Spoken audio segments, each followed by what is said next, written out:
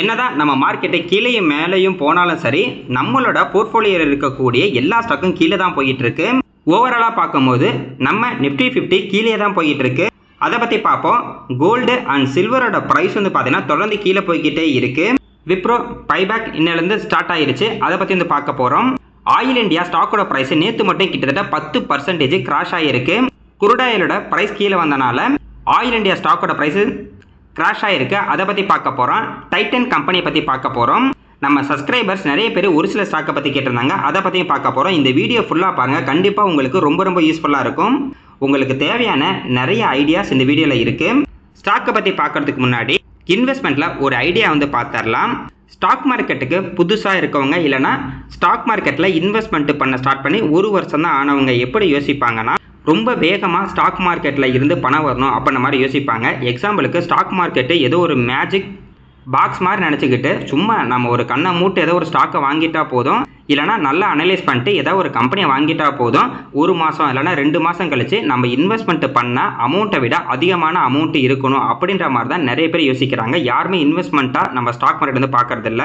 இது வந்து பார்த்தீங்கன்னா ஒரு மந்திர பெட்டிலாம் கிடையாது. அதாவது இப்போ ஒரு 10,000 ரூபா 1 லட்சம் ரூபா இப்போ நம்ம இன்வெஸ்ட்மெண்ட் பண்ண உடனே அடுத்த 1 மாதத்துலேயோ அடுத்த 2 மாதத்துலேயோ நம்ம இன்வெஸ்ட்மெண்ட் பண்ண அமௌண்ட்டை விட அதிகமான பணம் அது ரிட்டர்ன் தரதுக்கு ஸ்டாக் மார்க்கெட்னாவே மேலே போகும் கீழே வரும். அது நம்ம எல்லாத்துக்குமே தெரியும். ஆனால் ரியாலிட்டியாக வந்து பார்க்கும்போது நம்ம அதை வந்து அக்செப்ட் பண்ணிக்க மாட்டேங்கிறோம். அதாவது ஒரு ஸ்டாக்கை நம்ம வாங்கினதுக்கப்புறம் அந்த ஸ்டாக்கோட ப்ரைஸ் 5% டவுன் ஆகுது, 10% டவுன் ஆகுது அப்படின்னா பயத்தில் இதை விற்கலாமா அப்படின்ற மாதிரி யோசிக்கிறோம். ஆனால் அது வந்து ஜீரோ வந்து போகாது. அது எப்பயுமே ஞாபகம் வச்சுங்க. அதாவது நம்ம வாங்கின அந்த கம்பெனிக்கு ஏதாவது பிரச்சனை வந்து அந்த கம்பெனி க்ளோஸ் பண்ணுறாங்க இல்லைன்னா மிகப்பெரிய ப்ராப்ளம் வந்தால் தான் கீழே போகும். ஆனால் அப்பயும் வந்து ட்ரேட் ஆகிட்டு தான் வந்து இருக்கும். அதனால கீழே போகுது அப்படின்னாவே ரொம்ப பயப்படணும் அவசியம் கிடையாது. அது போக போக அந்த எக்ஸ்பீரியன்ஸ் வந்து உங்களுக்கு வரும். இன்னும் ஒரு சில பேர் என்ன கேட்குறாங்கன்னா, இப்போ என்கிட்ட 1 லட்ச ரூபாய் இருக்குது, 2 லட்ச ரூபாய் இருக்குது, அடுத்த 2 மாதத்துக்கு இந்த பணம் எனக்கு வந்து தேவை கிடையாது, அதனால ஸ்டாக் மார்க்கெட்டில் இன்வெஸ்ட்மெண்ட் பண்ணலாமா அப்படின்ற மாதிரிலாம் ஒரு சில பேர் கேட்குறாங்க. அப்படிலாம் நீங்கள் வந்து பண்ணக்கூடாது. அதாவது ஸ்டாக் மார்க்கெட்டு எப்படி அப்படின்னா, நம்ம ஸ்டாக் மார்க்கெட்டில் போய் முதலீடு வந்து பண்ணுறோம். அந்த மார்க்கெட்டை எப்போ பணம் தருது அப்படிங்கிறது பார்த்துட்டு அப்போ தான் நம்ம வந்து அந்த அமௌண்ட் வந்து எடுக்க முடியும். அதாவது மார்க்கெட்டை எப்போ பணம் தருதோ அப்போ தான் நமக்கான ரிட்டர்ன் அப்படிங்கிறது நமக்கு வரும். ஆனால் நம்ம இஷ்டத்துக்கு இல்லை, நம்மளுக்கு எப்போ பணம் தேவைப்படுது அப்படிங்கிறது வந்து மார்க்கெட்டுக்கு வந்து முக்கியமே கிடையாது. நான் எப்படி இன்வெஸ்ட்மெண்ட் வந்து பண்ணுவேன் அப்படின்னா, என்கிட்ட அமௌண்ட் இருக்கா, நல்ல ஒரு கம்பெனியா, நல்ல ஒரு ரேஞ்சில் இருக்கா, நான் பெருசாக வாங்கிடுவேன். எப்போ அது இன்க்ரீஸ் ஆகுதோ ஆகிட்டு போகுது, எப்போ இன்க்ரீஸ் ஆகுதோ அப்போ நான் வந்து விற்றுருவேன். அப்படி தாங்க நான் வந்து பண்ணிக்கிட்டு இருக்கேன். எனக்கு அடுத்த 1 மாதத்தில் வேணும், 2 மாதத்தில் வேணும் அப்போல்லாம் கிடையாது. நான் ஒரு ஸ்டாக்கை வாங்குவேன், நான் வாங்கின ப்ரைஸை விட அதிகமாக போச்சா, அந்த லாபம் எனக்கு ஓகேவா அப்படின்னு தோணுச்சுன்னா சேல் பண்ணிட்டு அடுத்த வேறு ஒரு கம்பெனியை வாங்க நான் போய் ட்ரை பண்ணுவேன். அவ்வளோதான். இந்த மாதிரி சிம்பிளாக தான் நான் வந்து பண்ணிகிட்டு இருப்பேன். எனக்கு அடுத்த மாதம் வேணும், இல்லை நான் இப்போ வந்து இன்வெஸ்ட்மெண்ட்டு அடுத்த வாரமே வேணும், இல்லை அப்படின்னாலும் நான் இன்வெஸ்ட்மெண்ட் பண்ணதுக்கப்புறம் அந்த ஸ்டாக்கோட ப்ரைஸ் கீழே போனால் கூட கண்டுக்க மாட்டேன். அமௌண்ட் இருந்துச்சுன்னா மறுபடியும் அக்யூமுலேட் பண்ண போகிறேன், இல்லைனா அப்படியே அமைதியாகவே இருப்பேன். எப்போ மேலே வருதோ வந்துட்டு போட்டோம் அப்படின்ற மாதிரி நம்ம எடுத்துக்கிட்டோன்னா நமக்கு வந்து பார்த்திங்கன்னா எந்த ஒரு டென்ஷன் வந்து ஆகவே மாட்டோம். அதனால் ஸ்டாக் மார்க்கெட்டில் நம்ம சம்பாதிக்கணும்னா கொஞ்சம் வெயிட் பண்ணி தான் வந்து ஆகணும். அடுத்தது நிஃப்டி 50 பொறுத்த வரைக்கும் காலையில் ஓப்பன் ஆகும்போது நெகட்டிவில் தான் ஓப்பன் ஆனாங்க. அதுக்கப்புறம் கொஞ்சம் பாசிட்டிவ் வந்தாங்க, மறுபடியும் வந்து நெகட்டிவ் போயிட்டாங்க. க்ளோஸ் ஆகும்போது நெகட்டிவில் தான் க்ளோஸ் ஆகிருக்காங்க. கிட்டத்தட்ட 0.23%, அதாவது ஒரு 53 நெகட்டிவாக தான் க்ளோஸ் ஆகிருக்காங்க. நம்ம நிஃப்டி 50 என்னமோ மதியெல்லாம் பார்க்கும்போது பாசிட்டிவில் தான் இருந்தாங்க. ஆனால் நிறைய ஸ்டாக்கோட ப்ரைஸ் நெகட்டிவில் தான் வந்து இருந்தாங்க. எம்ஓ ஸ்மால் 250 கிட்டத்தட்ட 0.30% நெகட்டிவ், பேங்க் பேஸ் 0.27% பாசிட்டிவ், எம்ஓ டிஃபென்ஸ் 1.95% நெகட்டிவ். டிஃபென்ஸ் ஸ்டாக்கு ஃபுல்லாக கீழே போயிருக்கு. அது ஒரு காரணமாக இருக்குது. எம்டா டெக்னாலஜிஸ் தான் அதுக்கோட காரணம். அது வந்து பார்க்கலாம். சில்வர் பீஸ் 0.36% பாசிட்டிவ், கோல்டு வந்து பார்த்தீங்கன்னா 1.54% நெகட்டிவ், கோல்டு தொடர்ந்து கீழே போயிட்டு இருக்கு. Auto piece 0.21% positive, IT piece வந்து பார்த்தீங்கன்னா 1.72% negative, mid 150 piece 0.47% negative. Nifty 50ல் டாப் 5 கெய்னர்ஸில் எம்என்எம் இருக்காங்க, ICICI Bank, Kotak Bank, JSW Steel, Sun Pharma வந்து இருக்காங்க. அதே மாதிரி டாப் 5 லூசர்ஸில் இன்ஃபோசிஸ் இருக்காங்க, HCL Technologies, Adani Ports, Eternal and Bajaj Finance வந்து இருக்காங்க. பார்ப்போங்க, மார்க்கெட்டை தொடர்ந்து கீழே போயிட்டு தான் இருக்குது. அடுத்தது எஃப்ஐஎன்டிஏ டேட்டா வந்து பார்த்துடலாம். இந்த மார்க்கெட்டில் எஃப்ஐ வந்து பார்த்தீங்கன்னா தொடர்ந்து விற்றுக்கிட்டே தான் இருக்காங்க. அதுவும் இந்த மாதம் ஃபுல்லாக விற்றுக்கிட்டே தான் இருக்காங்க. ஜூன் 1 ஜூன் 10 வரைக்கும் பார்த்தா கூட எஃப்ஐ வந்து விற்றுக்கிட்டு இருக்காங்க. ஆனால் அதுக்கு ஈக்குவலாக நம்ம டி வந்து வாங்கிட்டு தான் இருக்காங்க. ஆனால் இவங்க என்னத்தை விற்கிறாங்க, இவங்க என்னத்தை வாங்குறாங்கன்னு தெரியல. நம்ம மார்க்கெட்டு மட்டும் கீழே தான் போய்கிட்டு இருக்கு. எஃப்ஐ விற்கிறத விட டிஐ அதிகமாக தான் வாங்கிக்கிட்டு இருக்காங்க. இருந்தாலும் நம்ம மார்க்கெட்டில் வந்து பார்த்தீங்கன்னா கீழே தான் போயிட்டு இருக்கு. இது என்ன லாஜிக்குன்னே தெரியல. எக்ஸாம்பிளுக்கு இப்போ எஃப்ஐ வந்து ஒரு 10,000 கோடிக்கு விற்கிறாங்க அப்படின்னா டிஐ அதே 10,000 கோடிக்கு வாங்குறாங்க அப்படின்னா மார்க்கெட் மேலே தான் போகணும். ஆனால் இங்கே வந்து பார்த்தீங்கன்னா மார்க்கெட் வந்து கீழே போயிட்டு இருக்கு.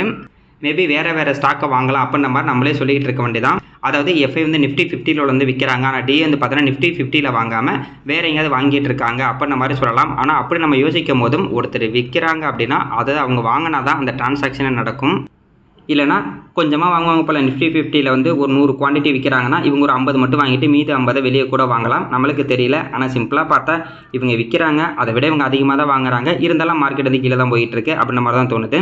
மெயினாக இப்போ நிறைய இன்வெஸ்டர் நம்ம மார்க்கெட்லேருந்து வெளியே போகிறதுக்கு காரணம் என்னென்னா, அவங்க என்ன பண்ணியிருக்காங்கன்னா நம்மக்கிட்ட இருந்த அமௌண்ட்டை எடுத்துகிட்டு அவங்க ஏஐ அண்ட் செமிகண்டக்டர் மார்க்கெட்டில் இன்வெஸ்ட்மெண்ட் வந்து ஸ்டார்ட் பண்ணிட்டு இருக்காங்க. அதாவது இப்போ நம்ம இந்தியாவை பொறுத்த வரைக்கும் ஏஐயாக இருக்கட்டும், இல்லைனா செமிகண்டக்டர் கம்பெனிஸ் எல்லாமே ரொம்ப கம்மியாக இருக்குது, லிஸ்டான கம்பெனி எல்லாமே. அதனால தான் அவங்க வந்து தாய்வான், சவுத் கொரியா இந்த மாதிரி மார்க்கெட்டுக்கு அவங்களோட அமௌண்ட் வந்து மூவ் பண்ணுறாங்க அப்படின்ற மாதிரி இப்போ நிறைய நியூஸ் வந்து சொல்லிட்டு இருக்காங்க. நம்ம தான் வந்து பார்த்தீங்கன்னா நம்ம ஸ்டாக் மார்க்கெட்லேயே, அதாவது இங்கே வந்து இன்வெஸ்ட்மெண்ட் வந்து பண்ணிகிட்டு இருக்கோம். இப்போ குளோபலாக வந்து பார்க்கும்போது பெரிய பெரிய இன்வெஸ்டர் என்ன பண்ணுவாங்கன்னா ஒவ்வொரு கண்ட்ரியை மாற்றிக்கிட்டு இருப்பாங்க. ஃபஸ்ட்டு இந்தியா நல்லா க்ரோத்தில் இருக்கா, இந்தியாவில் போய் இன்வெஸ்ட்மெண்ட் பண்ணுவாங்க. அப்புறம் நல்லா க்ரோத் ஆனதுக்கப்புறம் ஓகே ப்ராஃபிட் புக்கிங் பண்ணிட்டு சைனா போகலாம், இல்லைனா யூஎஸில் போய் இன்வெஸ்ட்மெண்ட் பண்ணலாம் அப்படின்ற மாதிரி மாற்றிக்கிட்டே இருப்பாங்க.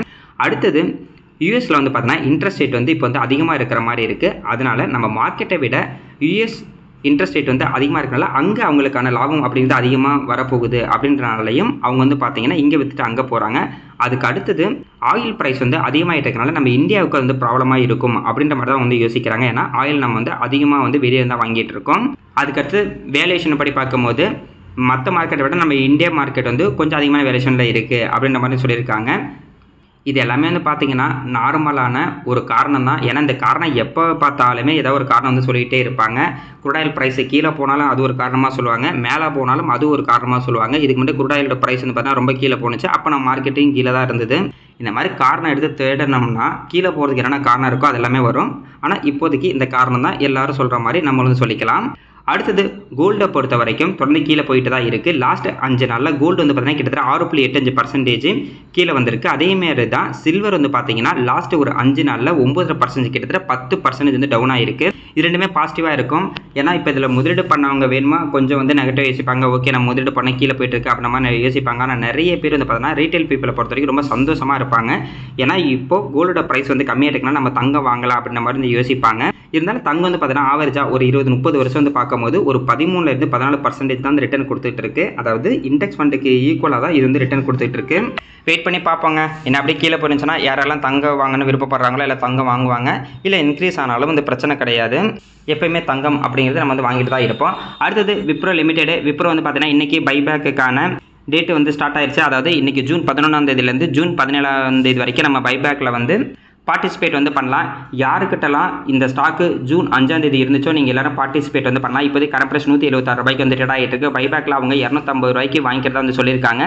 உங்களுக்கு விருப்பம் இருந்தால் நீங்கள் அதை செல் பண்ணதுனா கூட நாங்கள் பைபேக்கில் போய் செல் பண்ணலாம். பார்க்கலாங்க அவங்க வந்து எவ்வளோ அக்செப்டன்ஸ் ரேஷியோ எடுத்துக்குவாங்கன்னு தெரியல. அதாவது இப்போ நம்ம கிட்ட ஒரு 10 குவான்டிட்டி இருக்குன்னா 10 குவான்டிட்டி நம்ம வந்து செல் பண்ணலாம். விப்ரோ என்ன பண்ணுவாங்கன்னா அதில் வந்து சம் பர்சன்டேஜ் ஒரு 4% இருக்கலாம், இல்லைனா 40% கூட அவங்களோட அக்செப்டன்ஸ் ரேஷியோ இருக்கும். அதாவது நம்ம 10 குவான்டிட்டி நம்ம வந்து செல் பண்ணும்போது அதில் வந்து 5 குவான்டிட்டி கூட வந்து அக்செப்ட் வந்து பண்ணிக்கலாம், இல்லைனா 10 கூட பண்ணிக்கலாம். ஆனால் 10 பண்ணுறதுக்கான வாய்ப்பு அப்படிங்கிறது ரொம்ப கம்மி தான். நிறைய பேர் இதை வந்து பார்ட்டிசிபேட் பண்ணாங்க அப்படின்னா அதோட அக்செப்டன்ஸ் ரேஷியோ வந்து கம்மியாக தான் வந்து இருக்கும். பார்ப்போங்க எவ்வளோ தூரம் அக்செப்டன்ஸ் ரேஷியோ இருக்குன்னு இது முடிஞ்சதுக்கப்புறம் தான் நம்மளுக்கு வந்து தெரியும். இருந்தாலும் விப்ரோ வந்து பார்த்தீங்கன்னா லாஸ்ட் ஒரு 5 வருஷத்தில் கிட்டத்தட்ட 36% நெகட்டிவ் ரிட்டர்ன் தான் கொடுத்துருக்கு. அதாவது 5 வருஷத்துக்கு முன்னாடி இந்த ஸ்டாக்கை வாங்கியிருந்தா கூட இப்போதைக்கு நெகட்டிவ் ரிட்டர்ன் தான் இருந்திருப்பாங்க. இந்த கம்பெனி மட்டும் இல்லைங்க, மேக்ஸிமம் இந்த டிசிஎஸ், இன்ஃபோசிஸ் எல்லாமே வந்து ரொம்ப ரொம்ப கம்மியான ரிட்டர்ன் தான் லாஸ்ட் 5 வருஷத்துலேருந்து கொடுத்துருக்காங்க. ஐடி ஸ்டாக்கே வந்து பார்த்தீங்கன்னா ரொம்ப கீழே போயிட்டாங்க. பார்ப்போம், இது நார்மல் தான். இன்னும் ஏஐ செமிகண்டக்டர் பிஸ்னஸ்லாம் நம்ம இந்தியாவில் நல்லா க்ரோத் ஆனிச்சுன்னா இவங்க எல்லாருமே மறுபடியும் ரிவர்ஸ் ஆகி மேலே போக ஆரம்பிச்சிருவாங்க. வெயிட் பண்ணி பார்ப்போம். அடுத்தது ஆயில் இந்தியா. இவங்க வந்து பார்த்தீங்கன்னா குரூடாயில் பிஸ்னஸில் இருக்காங்க. அதாவது குரூடாயில் பூமியில் இருந்து எடுத்து அதை ப்ராசஸ் பண்ணி வெளியே வந்து சேல் பண்ணிகிட்டு இருக்காங்க. இந்த கம்பெனி ஸ்டாக்கோட ப்ரைஸு கொஞ்சம் கொஞ்சமாக பார்த்தீங்கன்னா இன்க்ரீஸ் ஆகிட்டு இருந்துச்சு. கிட்டத்தட்ட 531 வரைக்கும் போணுச்சு. அதுக்கப்புறம் குரூடாயிலோட ப்ரைஸ் வந்து அதிகமாகிட்டே இருந்தனால இவங்க வந்து இன்க்ரீஸ் ஆகிட்டே இருந்தாங்க. இப்போ லாஸ்ட் 2 நாளாக குரூடாயிலோட ப்ரைஸ் அப்படிங்கிறது ஒரு பேரலுக்கு $90 கீழே வந்துருச்சு. அதனால நேற்று இந்த ஸ்டாக்கோட ப்ரைஸு கிட்டத்தட்ட 10% வந்து டவுன் ஆனிச்சு. இவங்க மட்டும் இல்லை, ஓஎன்ஜிசியும் டவுன் ஆனாங்க.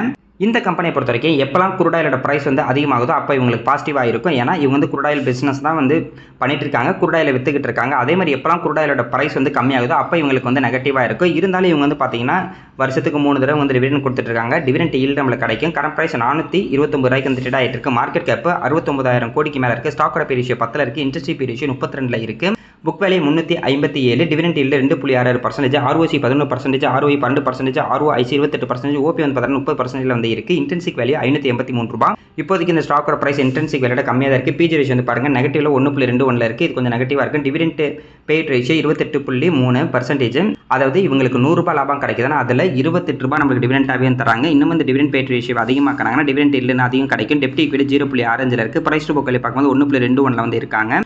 இவங்களோட சிஏஜிஆரை பொறுத்த வரைக்கும் லாஸ்ட் 10 வருஷத்தில் சேல்ஸ் growth 13%, ப்ராஃபிட் growth 12% வந்து இருக்குது. ஸ்டாக்கோட ப்ரைஸை பொறுத்த வரைக்கும் லாஸ்ட் 10 வருஷத்தில் 14%. அது 10 வருஷத்துக்கு முன்னாடி ஒருத்தங்க இந்த ஸ்டாக்ல முதலீடு பண்ணியிருந்தா கூட வருஷம் 14% ரிட்டர்ன் கொடுத்துருக்கோம். ஈக்குவலாக வந்து பார்த்தீங்கன்னா இண்டெக்ஸ் ஃபண்டோட ரிட்டர்ன் தான் இது வந்து கொடுத்துருக்கு.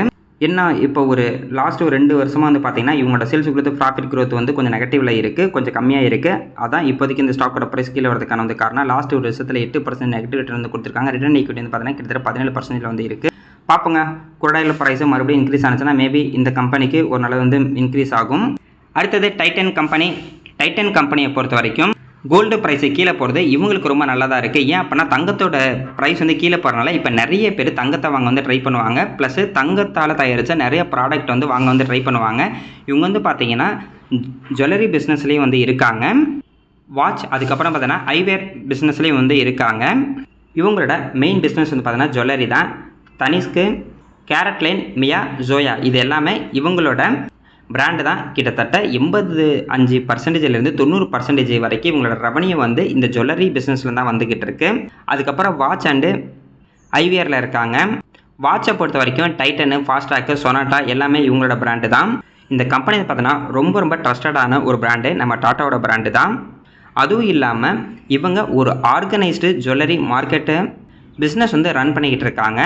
இவங்களோட இன்னொரு மிகப்பெரிய அட்வான்டேஜ் என்ன அப்படின்னா இப்போ நிறைய பேர் தங்கம் வாங்குறவங்களே இப்போ லோக்கல் ஜுவல்லர்ஸில் இருந்து வாங்குறத விட இந்த மாதிரி பிராண்டட் ஜுவல்லரிக்கு வந்து மாறிக்கிட்டு இருக்காங்க. எக்ஸாம்பிளுக்கு இப்போ நம்மளே வந்து பாருங்கள், நம்ம சின்ன வயசில் இருக்கும்போது நம்மளோட பேரண்ட்ஸ் வந்து அங்கங்கே பக்கத்தில் வந்து ஜுவல்லரி ஷாப் இருக்கும், இல்லைனா யாராவது பார்த்தீங்கன்னா தங்கம் வந்து விற்றுக்கிட்டு இருப்பாங்க, அவங்ககிட்ட தான் நம்ம வந்து வாங்குவோம்.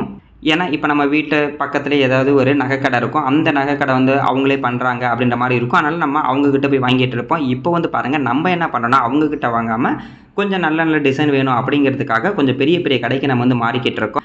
அது இவங்களோட பெரிய அட்வான்டேஜாக வந்து இருக்கும். அதனால இவங்களோட சேல்ஸ் வந்து பார்த்தோன்னா இப்போ வந்து அதிகமாக வந்து ஸ்டார்ட் பண்ணியிருக்கும். சூப்பரான ஒரு கம்பெனி. லாஸ்ட் 5 வருஷத்தில் 133% இந்த ஸ்டாக்கோட ப்ரைஸ் வந்து இன்க்ரீஸ் ஆயிருக்கு. ஸ்டாக்கோட ப்ரைஸ் இப்போ வந்து 4034 ரூபாய்க்கு எனக்கு வந்து ட்ரேட் ஆகிட்டு இருக்கு. மார்க்கெட் கேப்பை பொறுத்த வரைக்கும் 3,58,000 கோடிக்கு மேலே வந்து இருக்குது. ஸ்டாக்கோட பி ரேஷியோ 69 இருக்குது. இன்ட்ரெஸ்ட் பி ரேஷியோ 14 இருக்குது. ஸ்டாக்கோட பி ரேஷியோ ரொம்ப அதிகமாகவே இருக்குது. புக் வேல்யூ பார்த்தீங்கன்னா 177, டிவிடெண்ட் ஈல்டு 0.27%. ROCA பொறுத்த வரைக்கும் 25%, ROE 37%, ROIC 33%, OPM 9.54% வந்து இருக்குது. இன்ட்ரின்சிக் வேல்யூ 1196 ரூபாய். Dividend paid ratio 26.3%. PG ratio 4.21 இருக்குது. இங்கே பிஜி ரேஷியோ மட்டும் கொஞ்சம் அதிகமாக இருக்குது, 2 கீழே தான் நல்லாயிருக்கும். டெப்ட் ஈக்விட்டி 0.93 இருக்காங்க. ப்ரைஸ் டு புக் வேல்யூ பார்க்கும்போது 22.8 வந்து இருக்குது. இவங்க வந்து பார்த்தீங்கன்னா சூப்பரான ஒரு பிராண்டு. அதுவும் இல்லாமல் இவங்களோட சேல்ஸ் growth, ப்ராஃபிட் growth அதிகமாக இருக்கனால தான் இவங்க ஸ்டாக்கோட ப்ரைஸ் வந்து பார்த்தீங்கன்னா கொஞ்சம் ஹை வேல்யூஷனில் வந்து இருக்குது. அடுத்து இவங்கள சிஏஜிஆர் வந்து பார்க்கலாம். லாஸ்ட் 10 வருஷத்தில் சேல்ஸ் growth 23%, ப்ராஃபிட் growth 22% வந்து இருக்குது. அதுக்கு ஈக்குவலாக ஸ்டாக்கோட ப்ரைஸ் வந்து பாருங்கள், லாஸ்ட் 10 வருஷத்தில் 27%.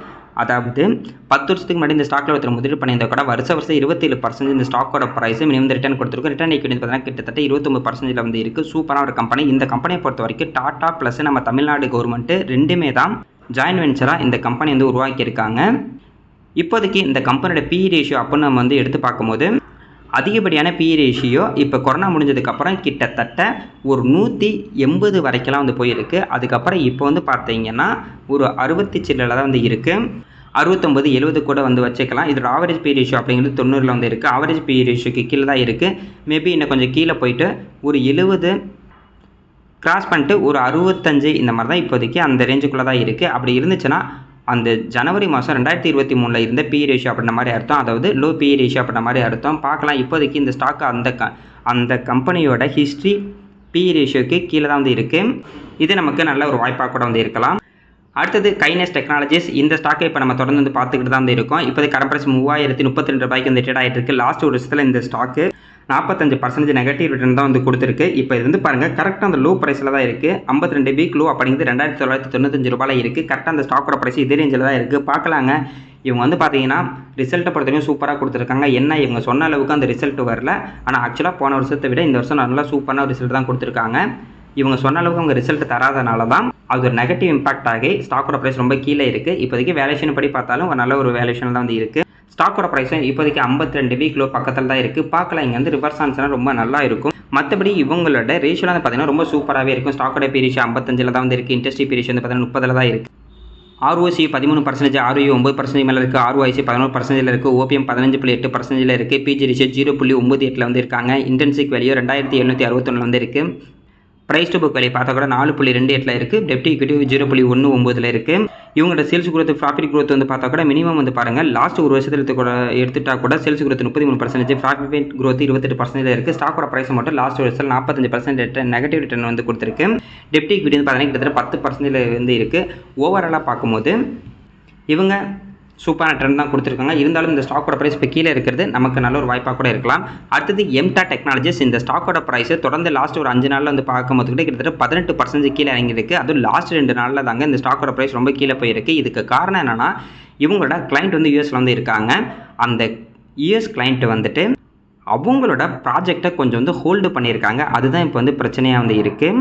ப்ளூம் எனர்ஜி கம்பெனி வந்து பார்த்தோன்னா எம்டா டெக்னாலஜிஸோட ஒரு கிளைண்ட்டு அவங்க வந்து பார்த்தீங்கன்னா டேட்டா சென்டர் ப்ராஜெக்ட் வந்து பண்ணிக்கிட்டு இருக்காங்க.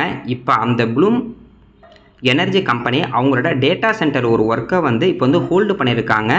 அதனால எம்டா டெக்னாலஜிஸுக்கு நெகட்டிவ் ஒரு இம்பாக்ட் ஆயிடுச்சு. அதனால தான் இந்த ஸ்டாக்கோட ப்ரைஸ் வந்து கீழே போயிருக்கு. இந்த கம்பெனிக்கு டேரெக்டாக எந்த ஒரு பிரச்சனையும் கிடையாது. இவங்களோட கிளைண்ட்டுக்கு வரக்கூடிய வருமானம் குறைஞ்சது அப்படின்னா இந்த கம்பெனிக்கு வரக்கூடிய வருமானமும் குறையும்.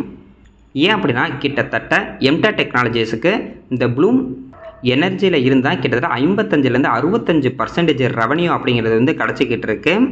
எம்டா technologies solid oxide fuel cell system தான் ப்ளூம் எனர்ஜிஸ் கம்பெனிக்கு வந்து பார்த்தீங்கன்னா கொடுத்துட்டு இருக்காங்க. மேனுஃபேக்சரிங் பண்ணி சேல் பண்ணிக்கிட்டு இருக்காங்க.